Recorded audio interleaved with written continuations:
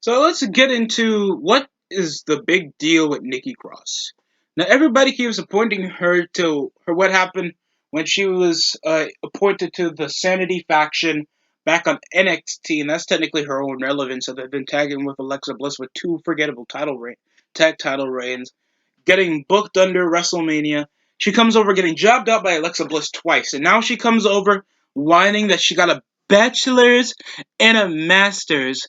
I'm sorry, being academically adequate can get you any other job. That doesn't mean it's going to get you big on the field of any other profession that you get until you work hard for it. As well as we talk shit about the Alexa Bliss, Bray Wyatt, and Randy Orton feud, at least Alexa Bliss has a character. She's adapting. She's physically more appealing than the muffin top weirdo scuffed nice girl weird crazy bitch character that they have Nikki Cross doing, and now she's not even getting booked over for WrestleMania. And everybody keeps trying to blame over that it's Vince's fault. He finalizes it. He's not the head guy over it. He doesn't control what the writers write. He only finalizes it unless it's something that's against his own the own guidelines of the people that he sponsored with, or anything that the company doesn't think is a good idea, he will cut it off. That's his job. Nikki Cross ain't anything. She got no character.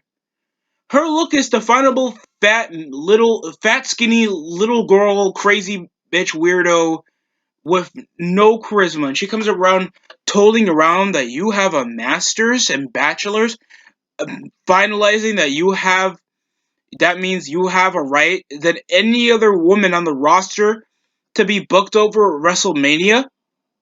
The only reason why you were getting essential quintessential screen time or storylines was because of Alexa Bliss.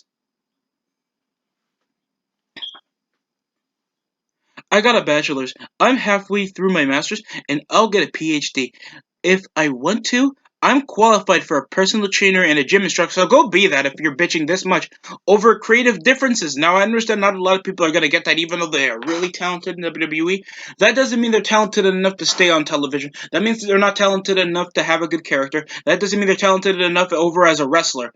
And your sloppy, patoot having ass with your highly thick, fake Scottish accent, no charisma, no good looks, having character. Nikki, you suck. And if this is your nicest way to think that you are at least more qualified for any other job, why would you be over in the WWE other than Killian Dane's there?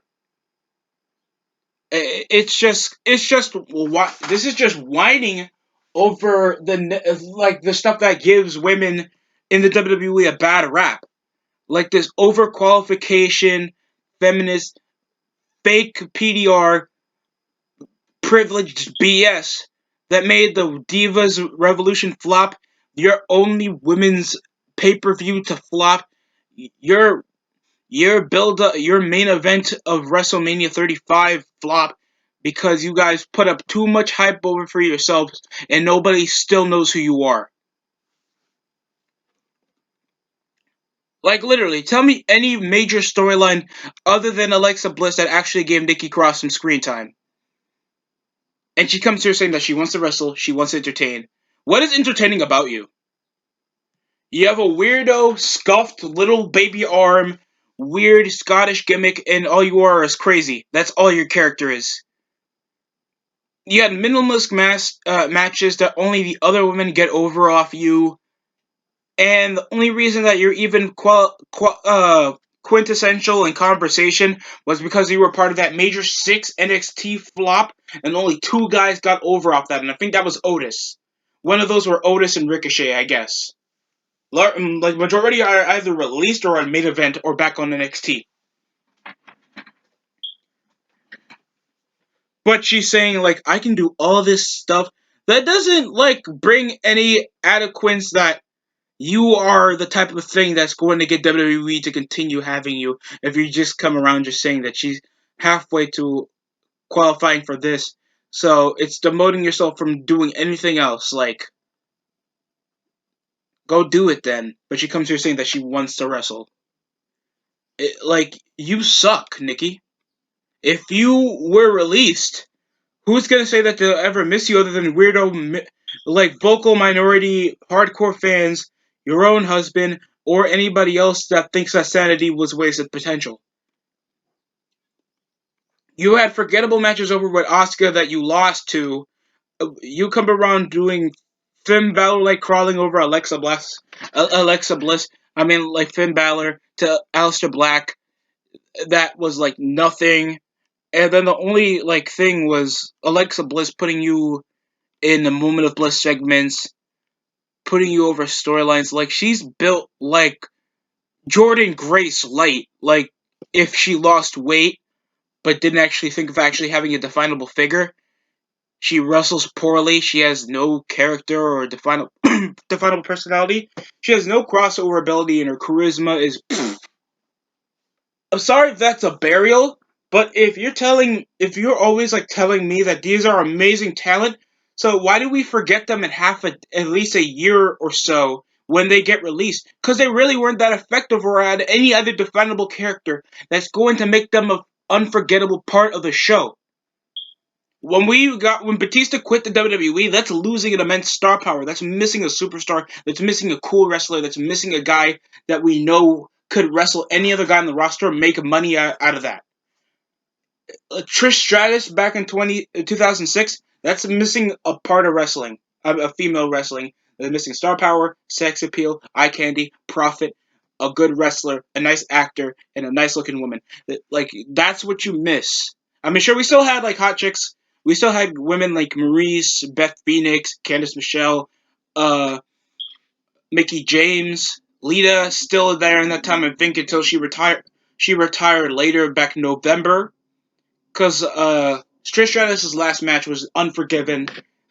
It's funny, Lita's was a Survivor Series, so you missed two of your top female wrestlers at that same year. If Nikki Cross gets released, possibly so because of this whiny ass tweet, then you're not missing a damn thing. Now, now Shayna Baszler and Nia Jax is the same thing. I might say that we might have some potential for women's wrestling to actually be interesting again. Other than that, Nikki Cross. I'm sorry this is a burial, but if anybody can tell me your top three best matches or top three best segments, then I wouldn't be talking this much trash. But you really aren't that effective as any part of the WWE. And I think if you even had a conversation why you're not even getting booked in WrestleMania, even though it's a 2-night event, they'll do a tag turmoil match more than you actually get a storyline. So I guess that it's really adequately clear that you're really not worth booking. Thanks for watching. Like, comment, subscribe.